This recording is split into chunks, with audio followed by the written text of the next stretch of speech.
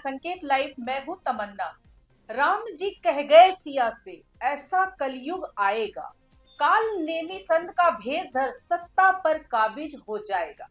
वैसे ये बात राम जी नहीं कह गए हैं, आजकल की राजनीतिक बहस में फिट बैठती है, इसीलिए बोल रही हूं और सवाल कर रही हूं।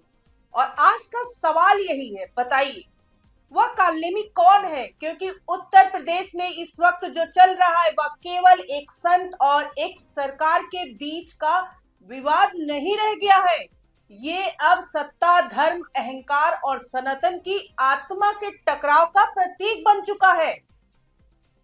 शंकराचार्य स्वामी अविमुक्तेश्वरानंद सरस्वती और उत्तर प्रदेश की योगी सरकार के बीच टकराव हर दिन और तीखा होता जा रहा है और अब यह विवाद शब्दों की सीमाएं लांघ चुका है।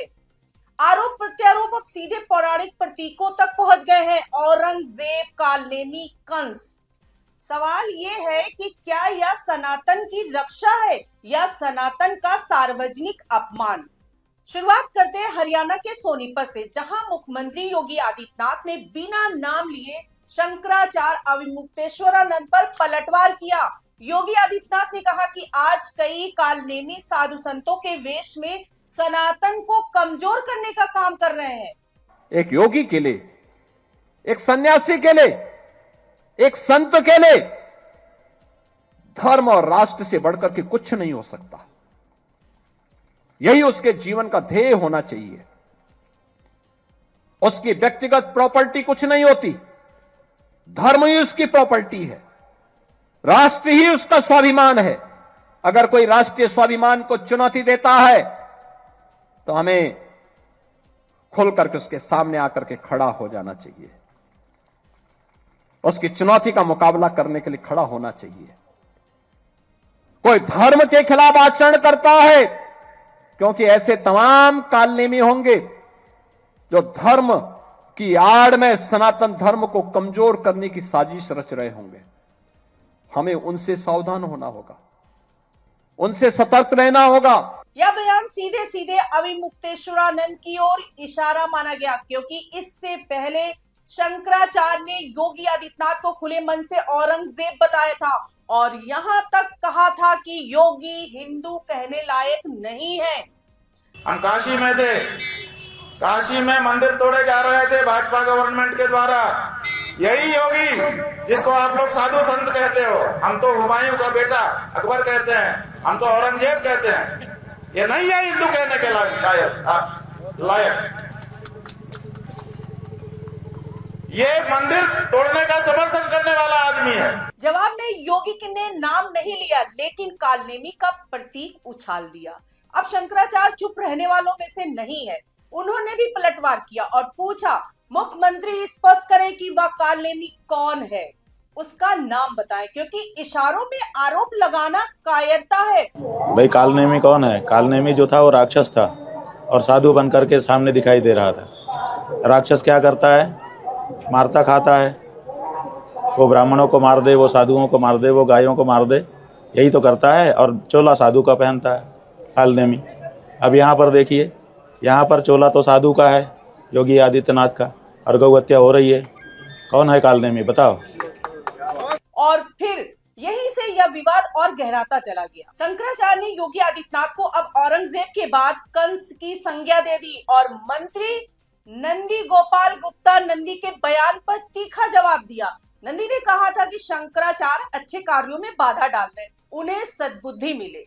इस पर शंकराचार्य बोले, कंस के मंत्री कंस से ज्यादा क्रूर थे, जैसी सरकार होती है वैसे ही उनके मंत्री होते। यानी अब यह टकराव सिर्फ योगी बनाम शंकराचार्य नहीं रहा, यह पूरी सरकार बनाम धर्माचार्य बन चुका है।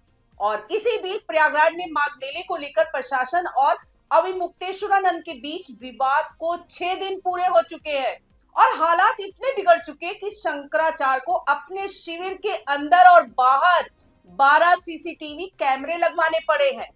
उनके विशेष प्रतिनिधि देवेंद्र पांडे ने साफ कहा कि यह हमारी मजबूरी है। शंकराचार्य सड़क पर बैठे हैं, प्रशासन और उनके गुंडे सक्रिय हैं, संत के वेश में शैतान घूम रहे हैं, रात में वीडियो बनाते हैं, पकड़े जाने पर कहते हैं कि नोटिस देने आए।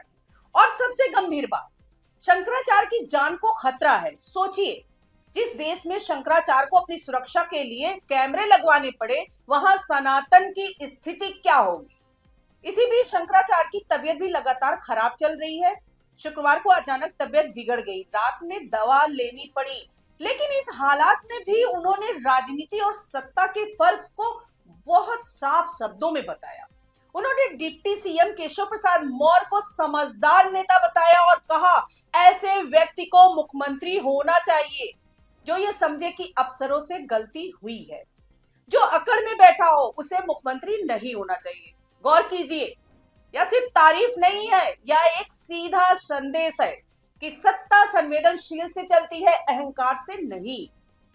ये डिप्टी सीएम जो है समझदार है, ये समझता है कि हमारे अफसरों से गलती हुई है और ये समझता है कि मामले को इस तरह से बढ़ाया नहीं जाना चाहिए, इसको समेटना चाहिए, इससे हमको नुकसान हो रहा है, पार्टी को नुकसान हो रहा है, इसीलिए ऐसा वक्तव्य वो दे रहा है। ऐसा व्यक्ति मुख्यमंत्री, समझदार व्यक्ति को मुख्यमंत्री होना चाहिए, जो अकड़ में बैठा हुआ हो और जो जिद पाल करके काम कर रहा है उसको मुख्यमंत्री नहीं बनाता। और यह बयान तब आया जब केशव मौर्य ने सार्वजनिक रूप से कहा था कि वह शंकराचार्य जी के चरणों में प्रणाम करते हैं और उनसे स्नान करने की प्रार्थना करते हैं। क्या शंकराचार्य जी नहीं, पूज्य शंकराचार्य जी के चरणों में प्रणाम है, वो बढ़िया स्नान करें, उनसे प्रार्थना है और यह विषय का समापन करें, ऐसे आग्रह। यानी सरकार के भीतर भी सुर अलग अलग सुनाई देने लगे हैं। इस पूरे विवाद पर अब तक चुप रहे बागेश्वर धाम के पीठाधीश्वर पंडित धीरेन्द्र शास्त्री भी बोले हैं। कोटा में उन्होंने कहा, दोनों पक्ष सनातनी है, आपस में बैठकर बात करें। इसके बारे में हमें पूर्ण रूप से जानकारी नहीं, हम प्रयागराज जा नहीं पाए, पर जो सोशल मीडिया या मीडिया पे देखा, हम यही कहेंगे, सनातन का हास्य परिहास ना हो। दोनों पक्ष हमारे हैं, दोनों पक्ष अपने हैं, दोनों सनातनी ही हैं। दोनों आपस में बैठकर इसका समझौता कर लें, बीच का रास्ता चुनें। हमें लगता है सनातन का हंसी मजाक बनाने से कोई फायदा नहीं है। सनातन का मजाक बनने से कोई फायदा नहीं, यह बयान संतुलन की अपील है। लेकिन सवाल ये है कि जब प्रशासन नोटिस पर नोटिस भेजे, संतों को रोके, धक्का मुक्की हो, तब सिर्फ बैठ कर बात कह देना क्या काफी है? माघ मेले में मौनी अमावस्या पर जो हुआ वही इस पूरे विवाद की जड़ है। 18 जनवरी को शंकराचार्य पालकी में स्नान के लिए जा रहे थे, पुलिस ने उन्हें रोका, पैदल जाने को कहा, शिष्यों ने विरोध किया, धक्का मुक्की हुई। इससे आहत होकर शंकराचार्य धरने पर बैठ गए। इसके बाद प्रशासन ने 48 घंटे में 2 नोटिस जारी किए। पहले नोटिस में पूछा गया कि आप अपने नाम के आगे शंकराचार्य क्यों लिखते हैं। दूसरे नोटिस में मौनी अमावस्या के दिन हुए कथित बवाल पर सवाल पूछे गए और यहाँ तक चेतावनी भी दी गई कि आपको माघ मेले से हमेशा के लिए बैन क्यों न कर दिया जाए। शंकराचार्य ने दोनों नोटिस का जवाब दे दिया, लेकिन इसके बाद प्रशासन की चुप्पी और गहरी हो गई और इसी बीच धरने पर बैठे शंकराचार्य की तबीयत बिगड़ने की खबर मिलते ही आम आदमी पार्टी के राज्यसभा सांसद संजय सिंह प्रयागराज पहुंचे हैं। उन्होंने शंकराचार्य से मुलाकात की और साफ कहा, जो लोग आज तक अपनी डिग्री नहीं दिखा पाए वो शंकराचार्य से प्रमाण पत्र मांग रहे हैं। संजय सिंह ने इस पूरे मामले को यूपी सरकार और प्रशासन की बड़ी चूक बताया और कहा कि यह सिर्फ एक संत के साथ दुर्व्यवहार नहीं बल्कि हिंदू धर्म, परंपरा और आस्था पर सीधा हमला है। उन्होंने दोहरे रवैये का आरोप लगाया। जब महाकुंभ में शंकराचार्य जी स्नान कराते हैं तब वे शंकराचार्य हैं, जब प्रधानमंत्री उनके चरण स्पर्श करते हैं तब भी वे शंकराचार्य हैं, लेकिन सरकार की आलोचना करते ही उनसे प्रमाण मांगा जाने लगता है। यही तानाशाही मानसिकता है। संजय सिंह ने साफ कहा कि आम आदमी पार्टी इस मामले में चुप नहीं बैठेगी। मैं यहाँ नेता के रूप में नहीं बल्कि शंकराचार्य जी के समर्थन में खड़ा हूँ। अब सवाल बहुत बड़ा है, सनातन की रक्षा कौन कर रहा है और उसे कमजोर कौन कर रहा है? क्या सरकार की आलोचना करना सनातन विरोध हो गया है? क्या संत सत्ता से सवाल नहीं पूछ सकते और अगर पूछेंगे तो उन्हें कालनेमी, बाधक, उपद्रवी कहा जाएगा? आज योगी सरकार और शंकराचार्य के बीच यह टकराव एक आईना है जिसमें सत्ता का अहंकार, प्रशासन की हड़बड़ी और धन की राजनीति तीनों साफ दिखते हैं। यह लड़ाई किसी एक व्यक्ति की नहीं है, यह लड़ाई तय करेगी कि भारत में धर्म सत्ता के अधीन रहेगा या सत्ता धर्म की मर्यादा समझेगी।